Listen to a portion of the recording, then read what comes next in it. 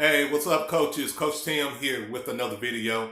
And today we're going to talk about the versatility of the beast formation, or what we like to call the tank formation in our system.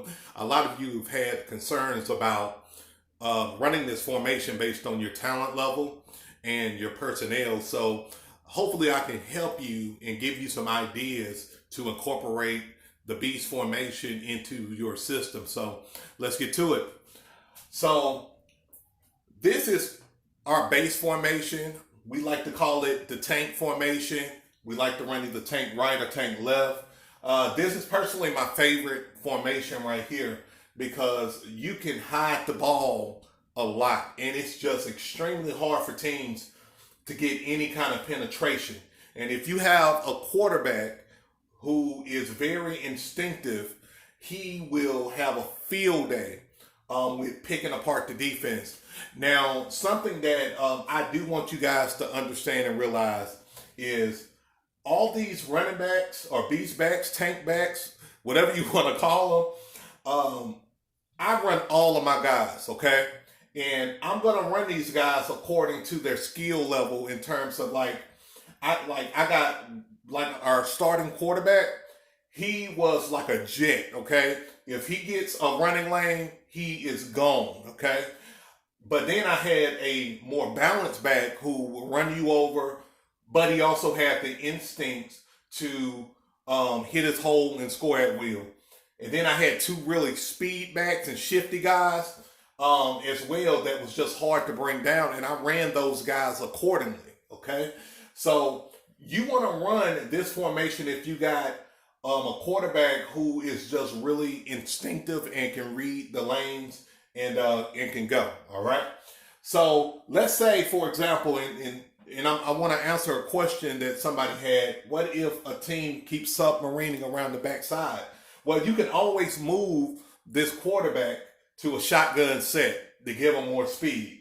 Now, if your quarterback keeps getting caught from behind, I would recommend you finding a new quarterback or beast back, because he shouldn't get caught from behind consistently if you're running out of a shotgun set. As a matter of fact, we didn't have any problems at all with submarining last year.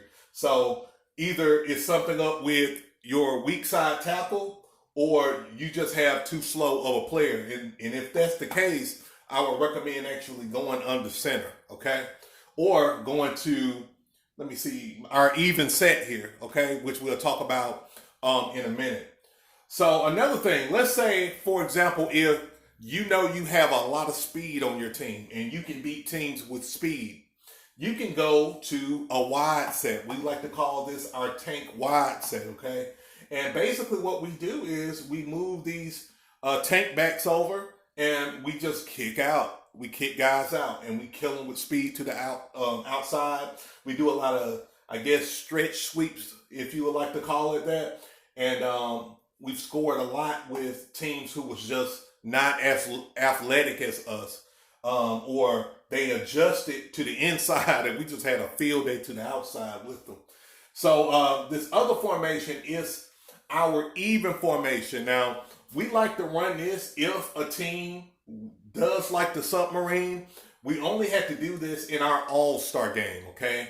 The team who was playing in the all-star, they had like their stud running back play that back end, and so he would just run around and try to stop our quarterback. So when we moved to an even set, that eliminated that altogether. So an even set is awesome. It's also a great idea to run this set if you want to do like a tight end pop pass on the back end. And I'm here to tell you, if you're running unbalanced most of the game and then you go to an even set, they're not going to pick up the tight end that's moved. He's going to be untouched. You hear me?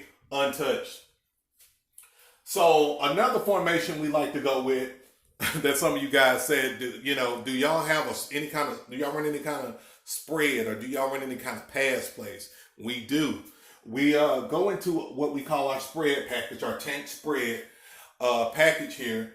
And I like to pass out of this formation, but I also like to hit them in the middle with some kind of QB power in the middle as well. If they over adjust and all of their linebackers and secondary is shifting over, we like to just bust them in the middle. But I'm going to show you guys one pass play that we like to do. And hopefully this is just to give you guys some ideas, okay? So one thing I love doing in youth football, not even just out of the Beast, but in any formation, I like to run delays, okay? So what we'll do is, on our pass play, I will have our two wide receivers running just a go route, right? And then I'll have our inside guy, this is one of my favorite guys, 2-second delay, and then he's just going to settle right here.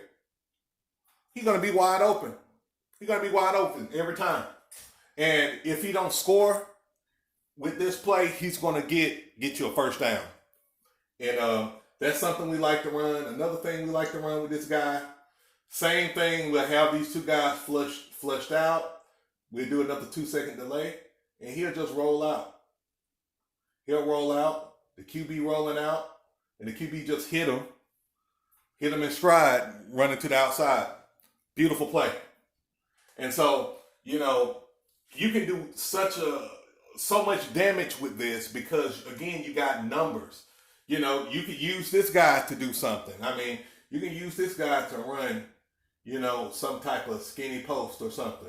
I mean, you can do a lot of beautiful things with this, because usually if you're running something like this, that free safety, he's shifting over here. And so you're able to do some kind of delay maybe with this tight end and just hit him with a post right in the middle of the field. Touchdown. All right, guys. So the last formation I want to show you guys, some of you guys have had questions about screens.